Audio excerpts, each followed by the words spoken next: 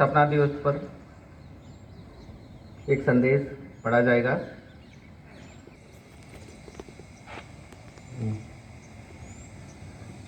महामहिम राष्ट्रपति भारत गणतंत्र।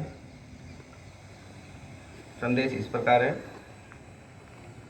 मुझे यह जानकर खुशी हुई कि सिविल डिफेंस और होमगार्ड संगठन 6 दिसंबर 2020 को अपना 74वां स्थापना दिवस मना रहे हैं। नागरिक सुरक्षा और होमगार्ड संगठनों के सदस्यों ने राष्ट्र की सेवा में स्वैच्छिक कार्यों को उच्चतम परंपराओं को बरकरार रखा है। मुझे यकीन है कि दोनों संगठन इन परंपराओं को बनाए रखेंगे और आने वाले वर्षों में समुदायों को अपने मनोकुल उत्साह और समर्पण के साथ काम करेंगे। उनके 74वें स्थापना दिवस के अवसर पर मैं सिविल डिफेंस और होमगार्ड के सभी सदस्यों और उनके परिवारों को शुभकामनाएं देता हूं और आने वाले समय में हर सफलता की कामना करता हूं।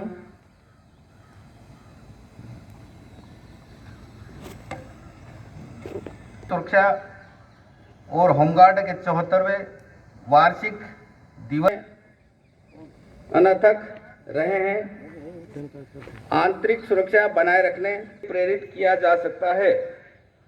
नागरिक सुरक्षा और होमगार्ड के सभी सदस्यों और उनके परिवारों को 74वें वार्षिक दिवस की हार्दिक बधाई और शुभकामनाएं अर्पित करते हैं।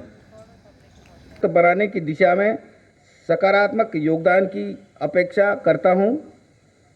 सभी सदस्यों और स्वयंसेवकों को अपनी हार्दिक शुभकामनाएं प्रेषित करते हुए सभी भविष्य के प्रयास में सफलता की कामना करता हूं।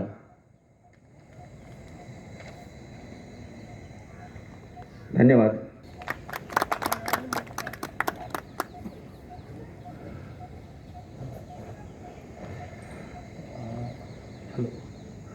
परेड पर आप सभी का स्वागत है। मुख्य अतिथि महोदय, हमारे अतिरिक्त पुलिस अधीक्षक महोदय, हमारे गुना शहर से सीएसपी मैडम, हमारे यातायात DSP sir, TI cantt, TI Kotwali, गणमान्य हमारे नागरिक, हमारे विभाग से पिछले कुछ वर्षों में सेवानिवृत्त हुए हमारे अधिकारी, हमारे कर्मचारी, हमारे मीडिया बंधु और मेरे सभी स्वयंसेवी कि आज हम हमारे 74वें स्थापना दिवस को मना रहे हैं। होमगार्ड की जो इकाई है उसमें होमगार्ड है जो अपना 74वां स्थापना दिवस मना रही है। हमारा जन्म 6 दिसंबर 1947 में हुआ था और ऐसा होती है कल्याणकारी एवं संवेदनशील राज्यों की प्रतिबद्धता के रूप में घटना स्थल पर सर्वप्रथम पहुंचकर जान माल की सुरक्षा में महत्वपूर्ण भूमिका निभाते हैं। इसी तथ्य को ध्यान में रखते हुए वर्ष 1909 में भारत सरकार ने सिविल डिफेंस एक्ट 1968 में संशोधित कर सिविल डिफेंस वॉलेंटियर्स की आपदा प्रबंधन को जिम्मेदारी सौंपी गई है। मध्य प्रदेश के आपदा प्रबंधन, आपदा स्थान परिसीमा सुरक्षा, भीड़ नियंत्रण, आपदा स्थल यातायात नियंत्रण, मीडिया एवं पब्लिक रिलेशन के कार्य के लिए विशेष रूप से प्रसिद्ध किया जाता रहा है। सामान्य नागरिकों को अधिकारियों द्वारा जन कल्याण कार्यक्रम भी आयोजित किए जाते हैं जिसमें नर्मदा पद यात्रा कर इस संगठन के अधिकारी कर्मचारियों द्वारा नर्मदा नदी के तटों पर बसे लोगों को जागरूकता दी गई है। उन्हें आपदा के समक्ष भूमिका निभाने का प्रशिक्षण भी दिया गया है।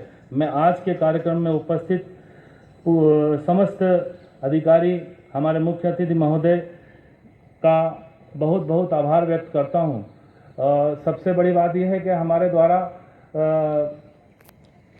श्रीमान से अनुरोध किया गया, जिसे तुरंत स्वीकार किया गया, और सभी पधारे हुए अतिथियों का मैं बहुत बहुत आभार व्यक्त करता हूँ। जय। एक मिनट रुक जाइए। ये होमगार्ड के जो पुलिस जनसेवक है, बहुत ही सराहनीय काम किया है। मैंने देखा है कि जो कोविड-19 जो अप्रैल में शुरू हुआ, उस दौरान ही 8-8 घंटे की ड्यूटी की है, लगातार ऐसी ड्यूटी की जिसका लंबे समय तक गुना में कोरोना का प्रवेश नहीं हुआ था। आप लोगों की ही भूमिका रही है, आप लोगों का ही कार्य रहा है, इसमें लोगों को समझाइश दी और अनावश्यक भ्रमण पे, अनावश्यक बाहर निकलने पे रोक लगाई, जिसके कारण यहाँ गुना में एक कोरोना का जो महामारी का जो प्रकोप फैल सकता था, आप लोगों की भूमिका के कारण ही लंबे समय तक यहाँ कोरोना का प्रवेश नहीं हुआ था।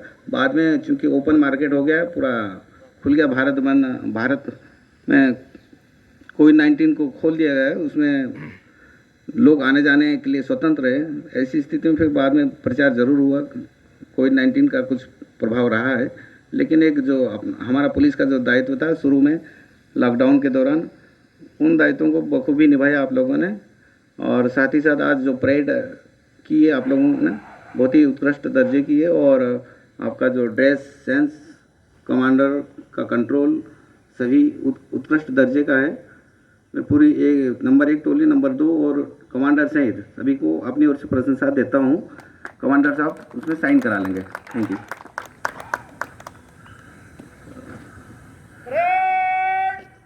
हूँ हमारे मुख्य अतिथि महोदय का, हमारी परेड का उत्साहवर्धन करने के लिए श्रीमान को बहुत बहुत धन्यवाद सर।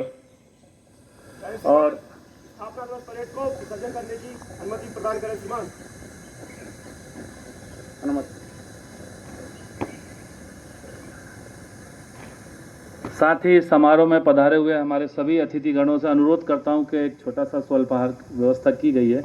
आप श्रीमान आइए। परेड को विसर्जन करने की कार्रवाई करें।